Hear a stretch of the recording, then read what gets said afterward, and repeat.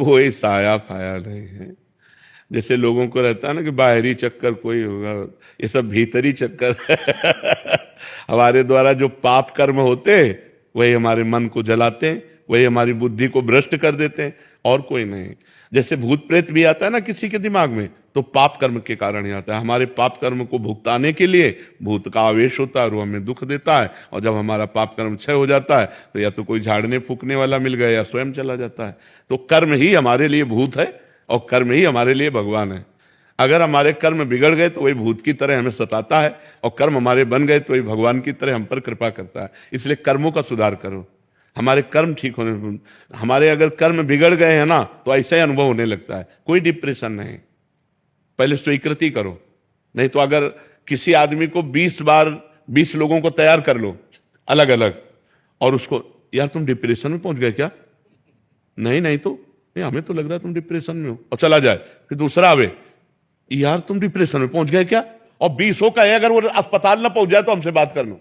वो अस्पताल जाएगा और चेक करवाएगा कि मैं डिप्रेशन में हूं क्या, क्योंकि 20 लोगों ने कहा है। तो हम पहले कह रहे कि ये स्वीकृति करो कि मैं डिप्रेशन में नहीं हूं, ये स्वीकृति करो कि मेरे ऊपर भूत प्रेत का कोई साया नहीं, स्वीकृति से ही फंस गए हो, मेरे ऊपर भगवान की बड़ी कृपा है, और नाम जप करो, गंदे आचरण मत करो।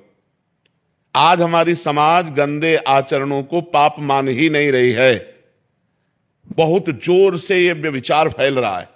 ये जो व्यभिचार दोष है बहुत जोर से फैल रहा, चाहे स्त्री हो चाहे पुरुष हो, सबके दिमाग में एक ही बात नाच रही है, बस भोग भोग भोग संसार।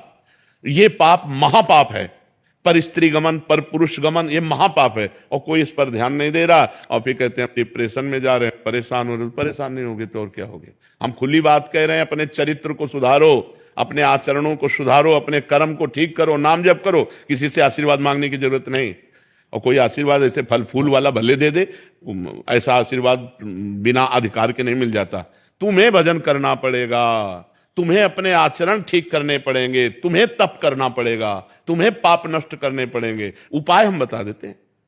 भगवान गीता में अर्जुन को क्या कहते, तुम्हें सहना पड़ेगा, तुम्हें मेरा भजन मन मना भव मद भक्तो माध्याजी माम नमस्कुरु। भगवान सामने खड़े और कह रहे जब तक तुम ऐसा नहीं करोगे तब तक मेरे को नहीं जान सकते। सामने खड़े हैं महाराज।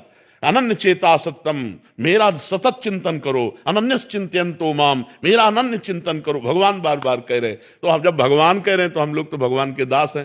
सदगुरुदेव भगवान बड़ी जोरदार है विपक्ष, बहुत जोरदार। हाँ विपक्ष तो जोरदार, क्योंकि हमारे स्वामी का ही है, किसी और का है क्या, हमारे स्वामी। तो सोचो जिसकी एक माया शक्ति इतनी जोर की है, उसकी कृपा शक्ति कितनी जोर की होगी। प्रभु पहले वो कहते थे, अरे अब ऐसे ऐसे ऐसे थोड़ी का बोला जाता है जैसे तुम मंत्र बोल दिए, मंत्र ही नहीं मिला तुम्हें, तभी तो दुर्दशा है। आप कभी मत बोलना, आप बता दो वही करेंगे। हम तो रोज चिल्लाते ही रहते हैं।